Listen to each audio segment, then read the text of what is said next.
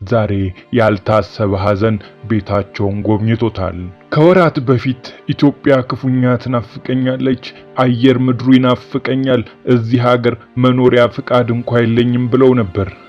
ምድሩ ይናፍቀኛል፣ አየሩ ምኑ ሁሉ ይናፍቀኛል። እዚህ ሀገር የማሳልፈው ጊዜ የስደት ዘመን ያብቅቶ አንድ ቀን የአቶ በቀለ ገርባ ልጅ ናኦል በቀለ ገርባ በሚኒያፖሊስ ሚኒሶታ ማረፉ ተሰምቷል። ፖለቲከኛው በዚህ ሰዓት ከፍተኛ ሐዘን ላይ መሆናቸው እየተነገረ ነው። ጀዋር መሐመድ በናኦል በቀለ ሞት ማዘኑን ገልጾ ለወላጆቹና እህት ወንድሞቹ መጽናናትን እመኛለሁ ብሏል። ናኦል በቀለ የ33 ዓመት ወጣት ሲሆን በ1993 ተወልዶ በ2026 ባልታሰበ ሁኔታ ሕይወቱ አልፏል።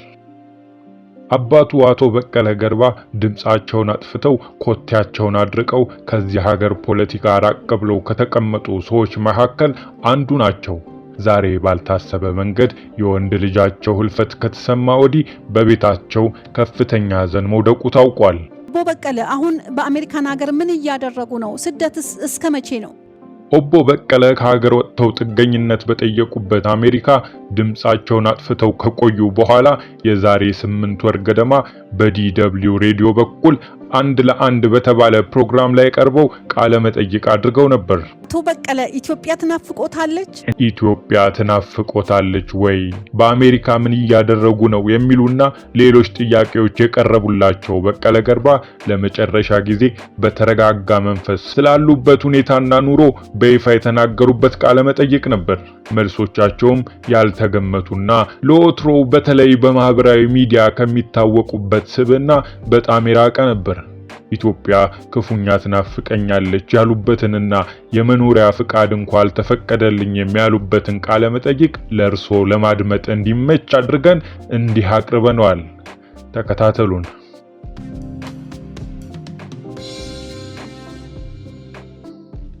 ጠያቂዋ ጋዜጠኛ አዜብ ስትሆን ፕሮግራሙ የዶቼ ቬሌው አንድ ለአንድ ነው። አቶ በቀለ ገርባ በዶቼ ቬለ በአንድ ለአንድ ዝግጅት ላይ ለመቅረብ ፈቃደኛ በመሆኑ አመሰግናለሁ። በኢትዮጵያ ፖለቲካ መድረክ ላይ ከታዩ ድምጾ ከተሰማ በጣም ብዙ ጊዜ ሆነው የጠፉ ስትል አዜብ ጥያቄዋን ጀመረች።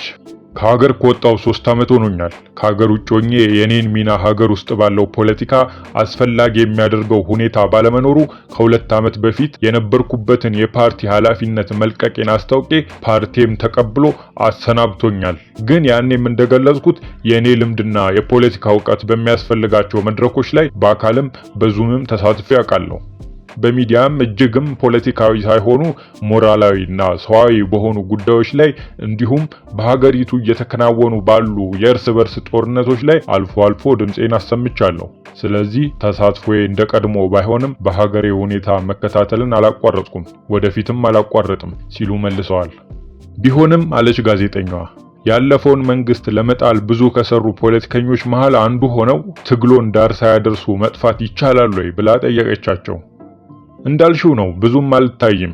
ተሳትፎዬ ላይ ገደብ አድርጌያለሁ። ገደብ ያደረኩበትም ምክንያት አንደኛ ድሮ የፖለቲካ ፓርቲ አመራር እንደመሆኔ ፓርቲ ወጥቼ እንድናገር ኃላፊነት ጥሎብኛል። አሁን ግን እንደዛ አይነት ኃላፊነት የለብኝም። ሁለተኛ እኔ ላደርግ የምችለውን ነገር ማድረግ የሚችሉ በሀገር ውስጥም ከሀገር ውጭም ብዙዎች አሉ። ስለዚህ አንዱ የተናገረውን ደግሞ መናገር ብዙም አስፈላጊነቱ ስለማይታየኝ ሌላው ይስራው በሚል ነው። ሶስተኛው የፖለቲካው አካሄድ ቀድሞ ከማውቀው የተለየ ነው። ተቀራርቦና ባለመስማማት ተግባብቶ ለመስራት መሞከር አሁን የለም። በዛ ላይ አሁን አንድ ንግግር ተቆርጦና ተቀጥሎ አላግባብ የሰው ስም የሚጠለሽበት ቆሻሻ የሆነ የፖለቲካ አካሄድ አለ። የሰዎች ንግግር ከአውድ ውጭ ተወስዶ ስማቸው እንዲጠለሽ ይደረጋል። መልካም ስም ይጎድፋል። አንድ መልካም ሰው እንኳን በሀገሪቱ የሌለ እስኪመስል ባዶ የቀረንበት ዘመን ነውና በዚህ ምክንያት ከፖለቲካው ባህል መለወጥ አንፃር ገለል ብሎ መቆየቱ አስፈላጊ መስሎ ስለታየኝ ነው። አራን አታግቡ፣ ያገባችሁ ፍቱ፣ እንደዚህ አድርጉ እንዲህ አድርጉ ብለዋል ብለው በማንኛውም ቦታ ያላልኩትን ነገር ካሉ በኋላ ለዚህም አባባላቸው ምሳሌ ሲጠቅሱ እኔን ለምሳሌ በአንድ መድረክ ላይ ተገኝቼ የተጋበዙ እንግዶች እስኪመጡ ንግግር እንዳደርግ ጠይቀውኝ ስለ ቋንቋ ያደረኩትን ንግግር አማራን አታግቡ፣ ካገባችሁም ፍቱ፣ ሌላ ቋንቋ አታውሩ ወደሚል ያልተገባ ከአውድ ውጭ ንግግሬ ተወስዶብኛል ብለዋል። እንዲሁም ከወራት በፊት በፕሮፌሰር ኤፍሬም ይስሐቅ የተመራ ከተለያዩ የፖለቲካ መሪዎች የተውጣጡ ምሁራን ያሉበት ስብሰባ አድርገን ነበር። ስብሰባው በሀገራችን ፖለቲካ ጥላቻ ነግሷል፣ ይህን ጥላቻ መር ፖለቲካ እንዴት እናስተካክለው የሚል ነበር። ነገር ግን ወዲያውኑ ሰዎች በፕሮፌሰር ኤፍሬም የተመራ ቡድን ይህን ብሔር ለማጥፋት በድብቅ መምከር ጀመሩ ብለው አስወሩብን። ይህን ሳይ የፖለቲካው አካሄድ ምን ያህል እንደቆሸሸ ተረድቻለሁ። አሁን ጽንፍ የያዙ ጠርዝ የረገጡ ፖለቲከኞች ናቸው የሚደመጡት። መሃል ሆነው እርቅ ለመፍጠር የሚሞክሩ አይደመጡም ያሉት ኦቦ በቀለ ህዝቡም እስኪረዳ እና ይሄ እስኪገባው ፖለቲካውም እስኪረጋጋ ጥጋችንን ብንይዝ ይሻላል ብዬ ነው ጠፋ ያልኩት ሲሉ መልስ ሰጥተዋል። ጋዜጠኛዋ ቀጥላም ከድምፃዊ ሃጫሉ ግድያ ጋር ተያይዞ መታሰራቸውን አስታውሳ በእስር ቤት ያሳለፉት ህይወት የጥሞና ጊዜ ስለሰጡት ነው ከሀገርና ፖለቲካው የጠፉት የሚል ጥያቄ አቅርባላቸዋለች። ኦቦ በቀለ ሲመልሱም እኔ በሁሉም ስርዓት ጊዜ ታስሬ በቂ የጥሞና ጊዜ አግኝቻለሁ። የመጀመሪያውን ከነ አንዱዓለም አራጌ፣ ከነ ጀነራል አሳምነው ጽጌ፣ ከነ ጀነራል ተፈራ ማሞ፣ ተመስገን ደሳለኝ ጋር ነበር የታሰርኩት። ሁለተኛውን ከነ ቴዎድሮስ አስፋው፣ ከዮናታን ተስፋዬ፣ እነ ማስረሻ ሰጤ፣ እነ ደጀኔ ጣፋ፣ አበበ ውርጌሳና ኃይሌ ማሞ ጋር ነው የታሰርኩት። ሶስተኛውን ደግሞ ከነ ጀዋር መሐመድና ሐምዛ ቦረና ጋር ነው የታሰርኩት። እነዚህ ሰዎች ዛሬ በፋኖ ትግል፣ በመንግስት ስልጣን፣ በሸኔ ሰራዊት ውስጥ፣ በእምነት ተቋም መሪነትና በተለያዩ ቦታ ነው ያሉት። ስለዚህ በታሰርኩባቸው ጊዜያት ሁሉ በቂ የሆነ ትምህርት ለማግኘት ችያለሁ። በቂ የሆነ ልምድ ከነዚህ ሰዎች አግኝቻለሁ። የዚህ ሁሉ ትምህርት ድምር ነው የፖለቲካው ባህል ተቀይሯል ያሰኘኝ ሲሉ መልሰዋል። ጋዜጠኛዋ ጨምራም ምናልባት የሀገር ውስጥ የልማት ስራዎችን በተለይ ስለ ኮሪደር ልማቱ ይከታተላሉ ስትል ትጠይቃቸዋለች። ኦቦ በቀለም የሀገር ውስጡን ፖለቲካ በደንብ እንደሚከታተሉ ጠቅሰው ሀገሪቱ አሁን ያለችበት ሁኔታ እጅግ የከፋ መሆኑን በዝርዝር አብራርተዋል። ይህን ማብራሪያ ሲያጠቃልሉም እንዲህ ነበር ያሉት። ፖለቲካው ጸጥታውን አበላሸው፣ ጸጥታው ኢኮኖሚውን አደቀቀው፣ ሀገሪቱ ወደ መቀመቅ እየወረደች ነው ሲሉ ጨርሰዋል። ጋዜጠኛዋም ይሄን ቀበል አድርጋ እርስዎ የታገሉት ለውጥ ለማምጣት ነበር፣ አሁን ደግሞ ሀገሪቱ ከድጡ ወደ ማጡ ሄዳለች እያሉ ነው። ይሄ መሆኑ ይቆጮታል ስትል ትጠይቃለች። ኦቦ በቀለም ሲመልሱ ሰው እንግዲህ ማድረግ የሚችለውን ያህል ነው የሚያደርገው። መቃወም ያለብኝን ያህል ተቃውሜ፣ መታሰር ያለብኝን ያህል ታስሬያለሁ። ስለዚህ የሚቆጨኝ ነገር የለም። ትግል አንዳንዱ ቶሎ ይሳካል፣ አንዳንዱ ቶሎ አይሳካም። ነገር ግን ወደፊት መሳካቱ አይቀርም የሚል ጽኑ እምነት አለኝ ሲሉ መልሰዋል።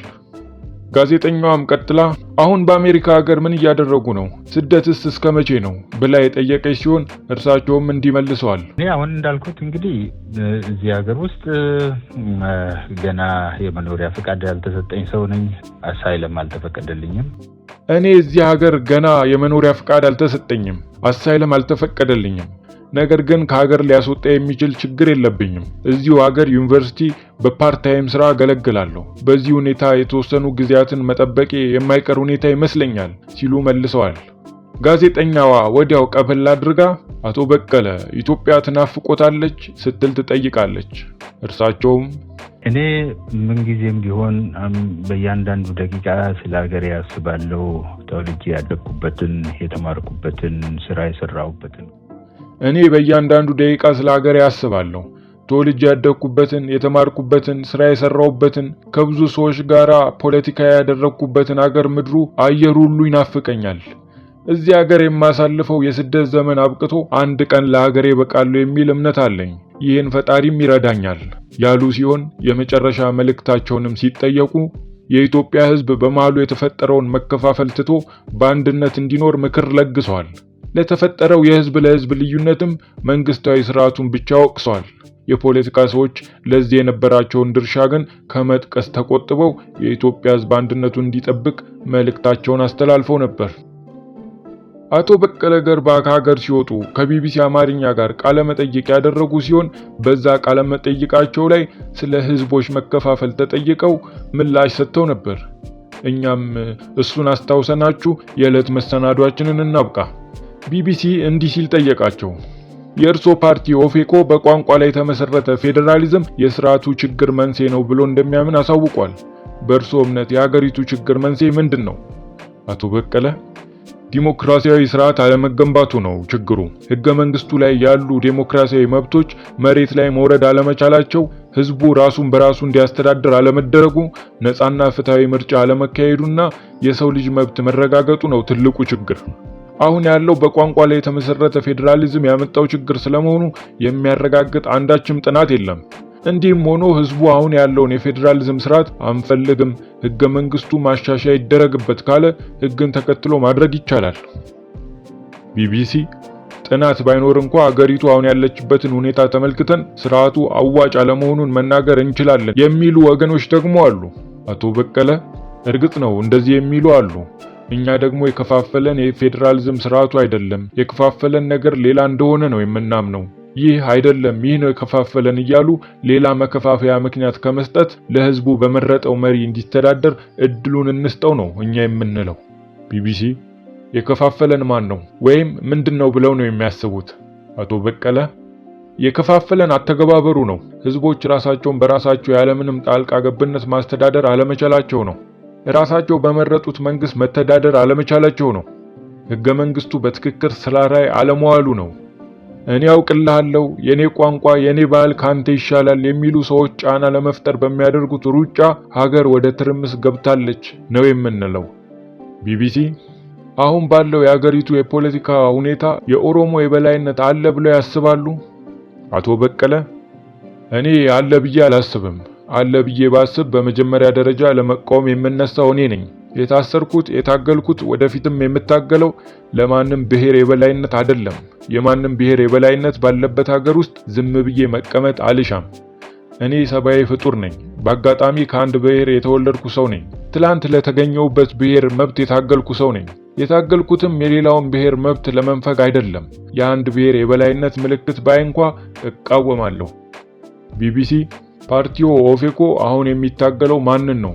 ገዢውን መንግስት? አቶ በቀለ እኛ የምንታገለው ምንም የተወሰነ ብሔር የለንም። የምንታገለው ለህዝቦች ነፃ ምርጫ ነው። እኛም እንደ አንድ ፓርቲ በነፃነት ተወዳድረን ሐሳባችንን አቅርበን ህዝቡ ከፈለገን ተመርጠን ካልሆነ ደግሞ ለተመረጠው መገዛት ነው የምንፈልገው። ከተወሰነ ቡድን፣ ብሔር ወይም ፓርቲ ጋር አይደለም ትግላችን፣ ለህዝቦች ነፃነት እንጂ። ለኦሮሞ ነፃነት ብቻ አይደለም፣ ሁኔታዎች አስገድደውን ነው ዝቅ ብለን በብሔር ደረጃ እንድንታገል የሆን ነው። ወደፊት ህብረ ብሔራዊና ሁሉንም ህዝብ እኩል የሚመለከት ፓርቲ በሚፈጠር ጊዜ የእኛም ፓርቲ ህልውና አላስፈላጊ ይሆናል ማለት ነው። ቢቢሲ አሁን ላይ በአገሪቱ የፖለቲካ ምህዳር ውስጥ እየተንቀሳቀሰ እንዳለ አንድ የፖለቲካ ሰው ስለ ወደፊቱ ሲያስቡ ምን ይሰማዎታል? ማለቴ ስለ ኢትዮጵያ ሲያስቡ። አቶ በቀለ እኔ ባለሙሉ ተስፋ ነኝ። አንድ የማምንበት ነገር አለ። ፍትህ፣ እውነት ብትረገጥም አንድ ቀን ቀና ማለቱ አይቀርም። ሐሰት የሚነዙ ግለሰቦች የትም እንደማይደርሱ አውቃለሁ። መንገጫገጭ ሊኖር ይችላል። እኔ ግን የሚታየኝ አሁንም መልካም ነገር ነው። ይህ ሀገር ተስፋ ያለው በእግዚአብሔር ዘንድ ቃል የተገባለት ሀገር ነው። ችግሮች ሊኖሩ ይችላሉ። የማስመሰል ፖለቲካ ሊኖር ይችላል። ግጭቶች እዚህም እዛም ሊኖር ይችላል። ከተወሰነ ጊዜ በኋላ ግን ሁሉም ነገር ይረጋጋል የሚል እምነት ነው ያለኝ ሲሉ መልሰዋል። ውድ የአዲስ አገልግል ቤተኞች፣ ስለ ፖለቲከኛውና ስለ ቃለ መጠይቃቸው እርሶ ምን አሰቡ? እኛ በቤታቸው ለገባው ሐዘን መጽናናትን እየተመኘን በሕይወት ላለፈው ልጃቸውም ምሕረትን እንመኛለን። ሰላም ለእናንተ ይሁን።